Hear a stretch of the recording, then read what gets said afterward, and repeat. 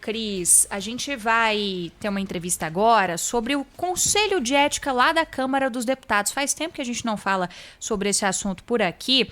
O Conselho de Ética ele não está funcionando, assim como outros colegiados lá da Câmara dos Deputados, por conta desse período de pandemia que a gente está vivendo, né?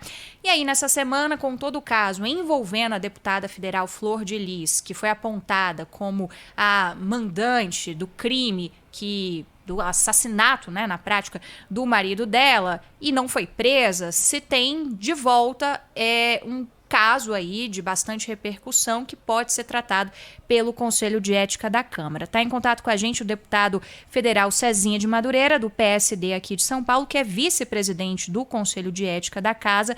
Oi, deputado, boa noite para o senhor, bem-vindo aqui à Rádio Bandeirantes. Boa noite, Isabela. Boa noite, Cristiano e o Vitor. É um prazer muito grande participar com vocês na programação da Rádio Bandeirantes. Prazer é nosso, deputado. Conta pra gente como é que tá essa possibilidade de retomada do Conselho de Ética, como é que isso funcionaria? Seria de forma virtual? Como estão as conversas aí? Olha, de fato, o Conselho de Ética, a partir do momento que começou a pandemia, todas as comissões da Câmara dos Deputados, também do Senado Federal, do Congresso foram levantadas e sem previsão de volta. Uma vez que o presidente Rodrigo Maia estabeleceu a votação online, estabeleceu ali umas regras que só funcionaria a sessão do plenário. E todas as comissões ficaram levantadas por conta da pandemia. Nós temos hoje, de 2019, no Conselho de Ética, 8 representações que não foram encaminhadas por conta da pandemia. E hoje, para o Conselho de Ética funcionar remotamente, teria que o presidente da Casa aprovar, mesmo que simbolicamente, porque todos os líderes têm pressionado para que isso aconteça, um PRC, que é o PRC 43, que o presidente Juscelino, do Conselho de Ética, protocolou em 3 de julho. E isso daria a possibilidade de fazer a reunião do Conselho de Ética no mesmo sistema que tem hoje do plenário. Daí, então, daria tramitação nos processos. Ou seja, é uma questão operacional, deputado, para o Conselho voltar a funcionar? Na verdade, não é bem uma questão operacional. É uma questão política. O presidente da Casa, ele tem a prerrogativa de pautar os assuntos. Ele decide o que pautar, decide o que votar. E ali os líderes aceitam ou não. E para funcionar, tem o sistema funcionando, para isso acontecer, ele só tem que pautar e votar um PRC. Para que funcione as comissões e seja pelo menos o Conselho de Ética, a terceirota, que pode voltar a funcionar a qualquer momento, desde que ele paute e aprove. E como é que o senhor está vendo a disposição aí na casa para aprovar isso, hein, deputado? Sobretudo depois que a gente teve o caso Flor de Lis e já há representação, aí o senhor pode até atualizar o número para a gente, né? Pelo que a gente tinha visto aqui, um deputado já tinha entrado com uma representação no Conselho de Ética em relação a esse caso, né? Sim, sim. Na verdade, no Conselho de Ética não foi possível chegar nenhuma representação, porque o Conselho não está funcionando. Ficou na intenção, né? Entretanto, nós tivemos ali o deputado Léo de Matos, que protocolou na mesa da Corregedoria. Ele protocolou um pedido lá, pedindo a cassação, para que analisasse a cassação da deputada Flor de Lis. Vale ressaltar aqui, que quando protocola pelo que acontece nos últimos anos, quando protocola na Corregedoria, você tem um prazo aí de mais ou menos de até 45 dias para eles analisarem e devolver esse processo para a mesa. O corregedor dá o parecer, que deve ser aprovado pela mesa da Câmara, que encaminha para o Conselho de Ética. Aí chega no Conselho de Ética e faz a representação da mesa, aí tem aqueles procedimentos, né? Do Conselho de sorteio de designação do relator, notificação da deputada, iniciar a instrução probatória da coleta de provas, documentos, oitiva e testemunha, assim vai. Mas, para isso, precisa que o presidente Rodrigo Maia paute o PRC e aprove o uso do sistema para o Conselho de Ética. Nós estamos conversando aqui no Bastidores do Poder com o deputado federal Cezinha de Madureira, do PSD aqui de São Paulo, vice-presidente do Conselho de Ética da Câmara. Deputado, toda essa questão em torno do Conselho de Ética se dá agora justamente por causa do caso da deputada Flor de Lis, que foi acusada pela Polícia do Rio de Janeiro de ser a mentora do assassinato do marido dela. E é um caso que chamou atenção porque todos os envolvidos no caso estão presos e ela não teria sido levada para trás das grades preventivamente por uma questão legislativa, né, de leis, enfim, por uma questão de regras internas aí da própria Câmara, ela tem foro privilegiado. Hoje nós entrevistamos... Imunidade parlamentar, né? Tem até uma diferença, né? Não se trata de uma questão de foro, o deputado pode até explicar para a gente essa diferença, né? Imunidade parlamentar, obrigado, Bel. Hoje a gente entrevistou aqui o relator da PEC do foro privilegiado no Congresso, o senador Randolfo Rodrigues, por isso que eu fiz essa confusão, que eu já estava pensando sobre isso, e ele tratou justamente essa questão do caso Flor de Lis. O senhor acredita que toda essa questão que envolve as regras que recaem sobre parlamentares poderão ser discutidas a partir desse debate que se instaurou nessa semana com o fechamento do caso dela? Olha, eu vou te ser bem sincero, vou te falar aqui bem aberto mesmo, Cristiano. Hoje nós passamos no Brasil e no mundo momentos diferentes.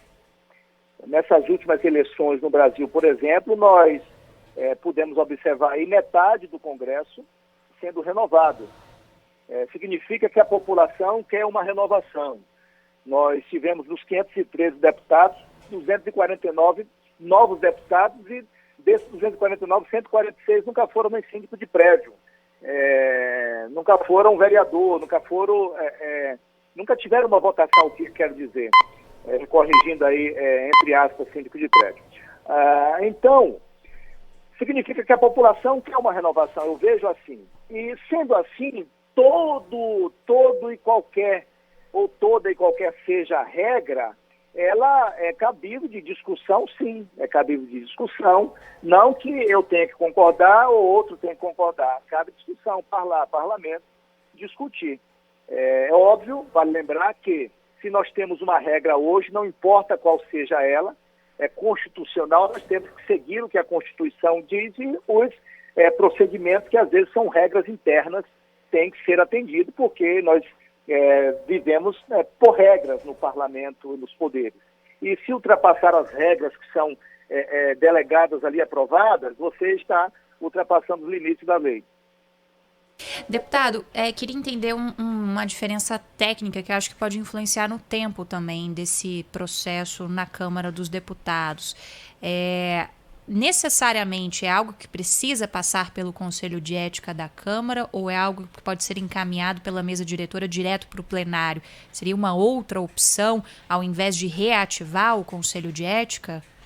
Não tem outra opção. Obrigatoriamente, o Conselho de Ética foi criado justamente para discutir os casos, tem que fazer um trabalho operacional de investigação. Vamos lá. Suponhamos que o Conselho de Ética esteja funcionando hoje e vai lá um partido, vai lá e faz uma representação da deputada ou Ministério Público, seja quem for. Para lembrar que quando é um único deputado ou quando um cidadão comum, isso tem que entrar na corregedoria para depois ir para o Conselho de Ética. Se chega hoje lá, obrigatoriamente tem que ir para o Conselho de Ética, que é para abrir uma discussão, para o acusado ou a acusada fazer a sua defesa, colocar as suas provas.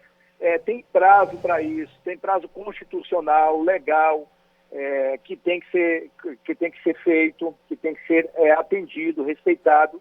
Então tem que passar no Conselho de Ética para depois ir para o plenário. o plenário não tem que tomar obrigatoriamente a mesma decisão do Conselho de Ética. O Conselho de Ética pode optar por uma cassação, o plenário pode dizer não. O Conselho de Ética pode sim dizer assim, olha, não tem cassação, aí encerrou ali. Entendi. E na prática, o senhor acredita, o senhor está apontando aí os passos desse processo todo dentro do Legislativo, né? Se reativando o Conselho de Ética, quanto tempo pode demorar para que esse assunto depois vá para o plenário? Eu pergunto isso, e aí novamente trazendo o caso Flor de Lis à tona, porque se tem uma pressão muito grande, né, de se dar uma resposta, justamente por conta disso que o Cris mencionou, né? Todos os outros envolvidos estão presos e apenas a deputada não está presa, né? Isabelle e Cristiano, tudo no Conselho de Ética, no Parlamento, tem um regimento. E nós temos algumas regras, né? Tem uma escadinha aí. Por exemplo, eu vou te dar um dado aqui. Hoje no Conselho de Ética nós temos lá 8 casos parados. 8 casos parados porque o Conselho de Ética parou. Esses 8 casos, obrigatoriamente, caso chegue no Conselho de Ética uma representação da deputada referida, ele vai ser o 9º caso da pauta. Ele será o 9º caso da pauta. E, por regra, teria que votar todos os outros casos para chegar neste caso. Entretanto, você tem a regra lá também que qualquer líder, deputado ou líder, pode pedir a inversão da pauta. E pode tornar o item de número 1, que você pode fazer isso aí todos os procedimentos aí de oitivas em uma semana, né? Entendi. Na prática, de novo, depende da política para isso, né, deputado? O senhor falou aí da lista de processos que há no Conselho de Ética.